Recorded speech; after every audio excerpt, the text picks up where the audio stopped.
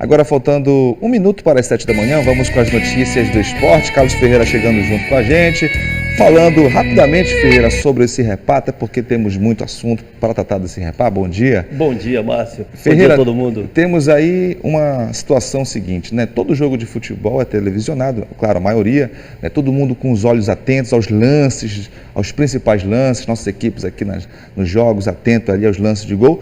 Mas nesse repá teremos uma atenção específica para o árbitro, é isso mesmo?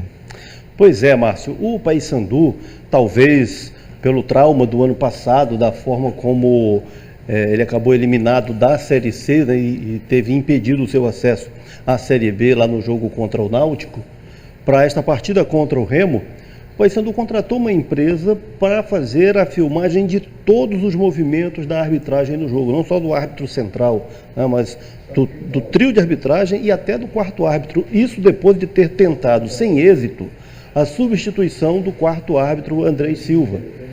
E agora, como é que isso vai ser compreendido, né? O árbitro, a CBF, vão entender isso como algo natural, de quem não tem nada a esconder, enfim, de algo que não vai fazer nenhuma diferença, ou vão entender como uma atitude de intimidação. Isso acaba sendo uma pimenta a mais nesse clássico Remo e Paysandu, né? Uma vigilância permanente e absoluta a todos os movimentos e atitudes da arbitragem no jogo. E aí é bom dizer também o seguinte: se vai funcionar uma vigilância como essa, também se isso vai ser permitido, isso não necessariamente vai proteger A ou B. Vale para o trabalho isento, seguro da arbitragem no jogo como um todo. Mas é algo diferente que deixa para nós uma interrogação sobre como isso vai ser interpretado. Exatamente. Bom, Ferreira, daqui a pouco te falar mais sobre esse clássico de domingo. Vamos falar agora de golaço. Encerrada aquela enquete que você lançou, aí trazendo os melhores gols de 2020? Então, acionamos os internautas do GE Pará para a eleição do gol do ano de 2020. Concorreram, nós mostramos ontem aqui, né? O gol do Rafael Jansen no último repá, o gol de letra do Salatiel contra o Manaus, o gol do Luquinha da Tuna contra o Fonte Nova e esse gol aí do William Barros, do Paysandu contra o Remo, que foi o gol obra de arte do Campeonato Paraense. Você lembra disso, Sim, né? Sim, lembro. Então, foi eleito com a maioria dos votos dos internautas o gol do ano. O William Barros, primeiro jogo da decisão do campeonato estadual. E aí o William Barros se consagrou, foi muito festejado, foi tão festejado, vamos ver mais uma vez o desdobramento do lance, e ele de costas para o gol achou essa solução aí.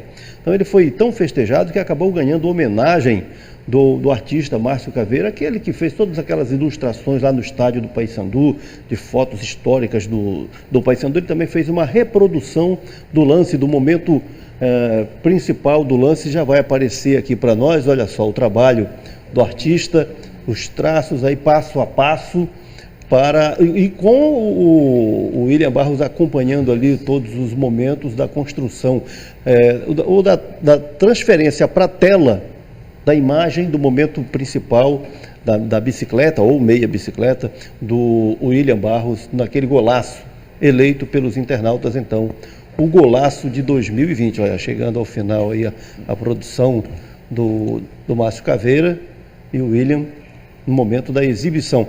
Claro que o artista teve a retribuição, ganhou a camisa do William Barros e o William, para botar na tela a sua obra de arte, na mão do artista, né? O talento do artista. Maravilha, parabéns. Então, mais uma vez, ao William Barros, né, que fez esse belo gol, e aí foi eleito pelos internautas o melhor gol de 2020 do nosso futebol paraense. Futebol paraense é sempre destaque aqui na nossa participação, né, Ferreira? E a gente vai continuar mostrando os clubes do interior do estado. Qual clube vamos mostrar hoje, Ferreira? Bom, Márcio, vamos dizer antes o seguinte: daqui a pouco chega o campeonato estadual, né? Sim. A Série C termina dia 31 de janeiro, ainda em janeiro, no dia 20, começa a Copa Verde, com o Independente contra o Farte, depois 27 e 28 de janeiro, Remo e Paysandu já estreando na Copa Verde, e terminada a Copa Verde, termina dia 24 de fevereiro. Nós vamos ter o campeonato estadual e aí o futebol do interior, vivendo toda a efervescência que é trazida pelo campeonato estadual. Mas aí nós estamos falando do futebol do interior na categoria profissional. O Bom Dia Pará abriu espaço para os times amadores. Em princípio só do interior, mas nós vamos abrir também para os times amadores aqui da região metropolitana. Times que têm história para contar, que é o caso do Cuinarana de Magalhães Barata. E vocês já vão entender por quê. Vamos mostrar aqui, olha aí o time do Cuinarana: Thiago, Branquinho, Ledson, Cid Borges, Ricardo, Gico, Haroldo, João, Sidney, Danielson, Portela, Nildo, Fanta, Biba, Cezinha, Pissarra, Balão, Fit, Ney, Leone, Norte, Célio, Cleiton e o presidente Mauro Medrado. Então essa é a homenagem aqui ao... O balão é aquele balão, Ferreira? É aquele balão que nós já vamos ver em ação no jogo em que o Cuinarana sagrou-se campeão de Magalhães Barata. E aquela imagem que chamou tanto a atenção para todos nós aqui, já vamos ver as imagens, olha só. Aquele pênalti, né? Você sabe quem está fazendo o gol aí, né? É ele mesmo, de balão. Campo, festa, balão, tá aí com a camisa 11. Esse foi o gol do título do Cuinarana, campeão do Sub-40 em Magalhães Barata, o time que nós vimos há pouco. Olha a multidão aí dentro do campo. Em torno de 5 mil pessoas assistiram a essa partida em que o Cuinarana foi campeão. E daí, por essa dimensão, por essa grandiosidade que as imagens mostram, né, da importância do futebol e do próprio Cuinarana lá em Magalhães Barata, o que isso significa para mostrar a força também do futebol no interior, da paixão por futebol no interior. O Cuinarana é o clube homenageado nessa sessão aqui do Bom Dia Pará. Bom, tivemos ontem, só para lembrar, o Ipiranga, lá de Garapiaçu. E o outro, Ferreira, só para a gente recordar. Antes nós tivemos o Luiz de Moura de Ourém. Isso, perfeito. E a gente vai seguindo nessa linha, né, Ferreira? Pois é. Aí na terça-feira, que é dia de baú, nós vamos ter um clube com uma história tão rica que ele vai entrar nas duas sessões, Márcio. Vai entrar nessa aqui do time do interior e vai entrar no baú também. Vamos guardar essa história que vai valer muito a pena. Esse time do interior é bem conhecido, né? Os torcedores conhecem muito bem. Bom, Ferreira, daqui a pouco você volta destacando mais sobre esse repá da Série C. Seguramente. Já. Até já, Ferreira. A gente vai com as notícias do esporte. Carlos Ferreira chegando, destacando aí esse grande repá do próximo final de semana, né, Ferreira? Sem dúvida, Márcio, e já vou lançando aqui uma questão para a gente desenvolver daqui a pouco. Todo repá tem lá, todo grande jogo tem seu herói, seu vilão, né? Desta vez é repá, e é repá de uma importância absurda, afinal de contas vale o maior objetivo de Remo e Paysandu dos últimos anos, aquilo que eles vêm perseguindo o Remo desde que caiu da Série B para a Série C lá em 2007, o Paysandu quando caiu em 2018, então é o que os clubes têm de mais importante para conquistar, está valendo no repá. E o tamanho desse jogo? É um jogo fadado a produzir herói e vilão. Vamos refletir sobre isso aqui. Bom, Ferreira, ao longo da campanha na Série C, né, o Remo teve uma campanha regular, isso a gente concorda, né? Mas agora o momento é decisivo. E depois de perder para o Ipiranga, atenção total no clássico. Os últimos clássicos não vêm trazendo boas lembranças para Diego Matos. Mas em 2019, o lateral esquerdo viveu um momento inesquecível diante do maior rival. No segundo repá daquela temporada, o paraense marcou o primeiro gol da carreira no empate em 1-1. A minha melhor lembrança foi o repá que eu pude fazer o gol ano passado. E negativo é em derrota. Não aceito perder. E nos últimos 3 encontros com o Remo, o Paysandu não venceu. 1 empate e 2 derrotas. Os azulinos, inclusive, foram os responsáveis pelo único resultado ruim do Papão no quadrangular. 2 rodadas depois, os maiores rivais do futebol paraense voltam a se encontrar em uma partida que pode aproximar o vencedor do acesso à Série B. Sabemos da importância que vai ser esse jogo de domingo. Todo mundo está ciente no elenco que a gente pode colocar os nossos nomes na história do clube. Então vamos entrar focado para conseguir o resultado positivo. O time bicolor já treinou em Belém depois do empate em 0-0 diante do Londrina. Não teve gol, mas cartão amarelo sobrou. 6 jogadores bicolores foram advertidos. O titular Tony levou vermelho, foi expulso e vai desfalcar o time na lateral direita. Já aconteceu alguns jogos que o Tony estava ausente, tiveram outros esquemas, mas isso aí eu deixo um pouquinho para o professor decidir qual escalação ele vai optar para o jogo de domingo. O torcedor paraense, infelizmente, não pode acompanhar de perto o momento especial que vive a dupla Repá no Campeonato Brasileiro. Depois de algumas temporadas disputando a Série C, o acesso é realidade nos dois clubes. Por enquanto, está proibido aglomerar nas arquibancadas. Então, resta o apoio virtual para os jogadores. Claro que domingo a gente queria que nossos torcedores estivessem lá nos apoiando. Mas independente se eles estejam lá ou na rede social, a gente vê o apoio que eles estão depositando na gente e a gente vai procurar dar esse acesso para eles e dar alegria a essa torcida maravilhosa.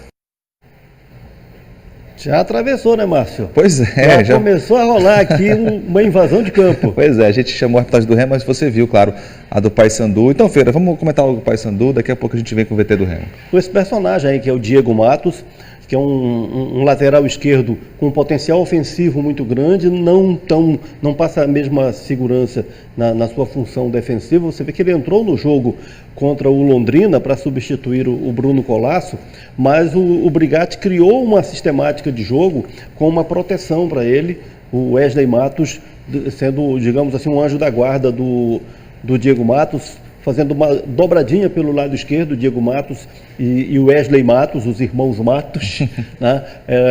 E esse jogador hoje ganha uma importância maior para o Paysandu pela lesão do Bruno Colasso. O Bruno Colasso até viajou a Londrina, mas não jogou por estar lesionado. Há uma dúvida se esse jogador vai ser utilizado ou não no repasse, estará pronto ou não para o repasse. Mesmo caso do Anderson Uchoa, que está fora do time desde a partida contra o Ipiranga, aqui na abertura do quadrangular.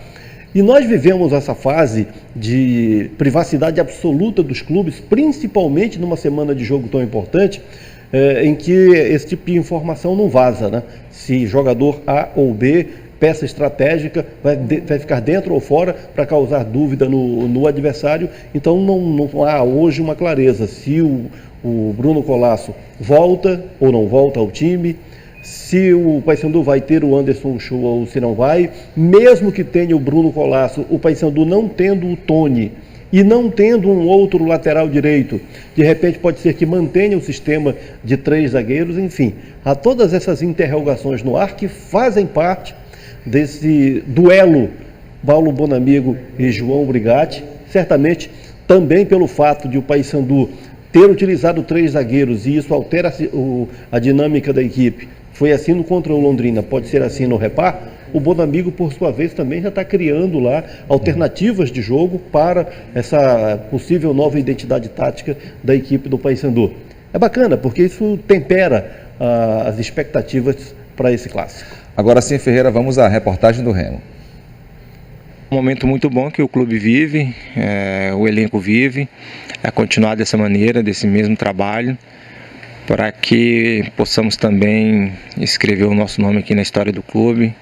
O caminho até a Série B poderia ter sido encurtado, se não fosse a derrota de virada para o Ipiranga, na última rodada. Agora os azulinos terão que se aproximar do tão sonhado acesso contra o maior rival. A gente sabe que Repá é sempre muita luta, muita disputa, muita guerra, e tem tudo para ser mais um Repá dessa maneira. E além de tudo isso, se levarmos em conta as estatísticas, já dá para perceber que o Remo pode se dar bem no campeonato. Pelo menos foi o que apontou um levantamento feito pelo site ge.globo. O site apontou que até o momento o Remo tem 82,7% de chances de acesso. Ainda de acordo com o estudo, o Remo também faria a grande final da Série C contra o Brusque. Números animadores, porém ainda não conquistados. Por isso, show ansiedade! A gente vem trabalhando também o psicológico, tentando controlar essa ansiedade que rola, né, em torno do nosso trabalho, desse ano, do Campeonato Brasileiro, e continuar fazendo aquilo que nos trouxe nessa condição de brigar nessas 2 últimas rodadas pelo acesso. Bom, a tendência ainda é termos os dois na Série B do ano que vem. Estão muito bem posicionados, né, dividindo ali a liderança, ambos com 7 pontos. Agora, no Repar, se houver vencedor, só o vencedor pode conquistar esse acesso já no domingo. Né? Havendo empate, fica tudo para a última rodada. Quando eu digo que, havendo vencedor, o acesso do Pará à Série B já ocorre no domingo, se for o Paysandu o vencedor, logo ao final do jogo o Paysandu já terá essa certeza. Se o Remo ganhar o Repar, ele só vai precisar de uma confirmação pelo resultado do jogo do Londrina, desde que o Londrina não ganhe do Ipiranga, para o Remo também festejar esse acesso. Com tudo isso, com uma decisão desse tamanho, Márcio, aí vem aquela questão que eu falei há pouco, sobre heróis e vilões. Imagine, a julgar pelo que aconteceu no Repar anterior, onde o Serginho do Paysandu, ainda no primeiro tempo, agrediu lá, voluntária ou involuntariamente, o Charles do Remo. Involuntariamente, não foi uma coisa intencional, mas agrediu e foi expulso de campo.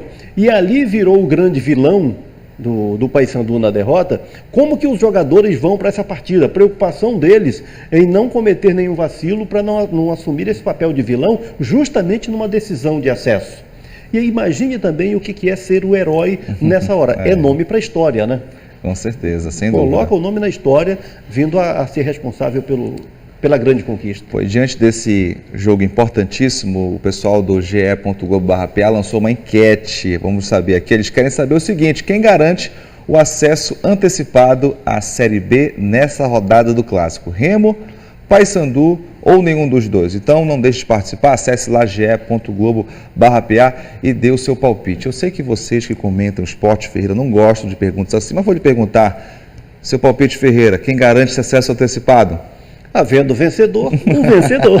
Se saiu muito bem, Ferreira, como sempre, com ótimas tiradas. O pessoal de casa vai participar bastante essa semana e o resultado a gente vai informar aqui no Bom Dia, no Globo Esporte, enfim, você participando. Sempre a pimenta, né, Ferreira? Aquela semana de clássico sempre fica aquelas perguntas, quem vai passar? Então a gente vai aguardar então para saber no final de semana. É um privilégio nosso, Márcio, podermos ter acesso antecipado. Exatamente. Esse é o ponto. Esse é o ponto, é verdade, Ferreira. Que subam os dois, então.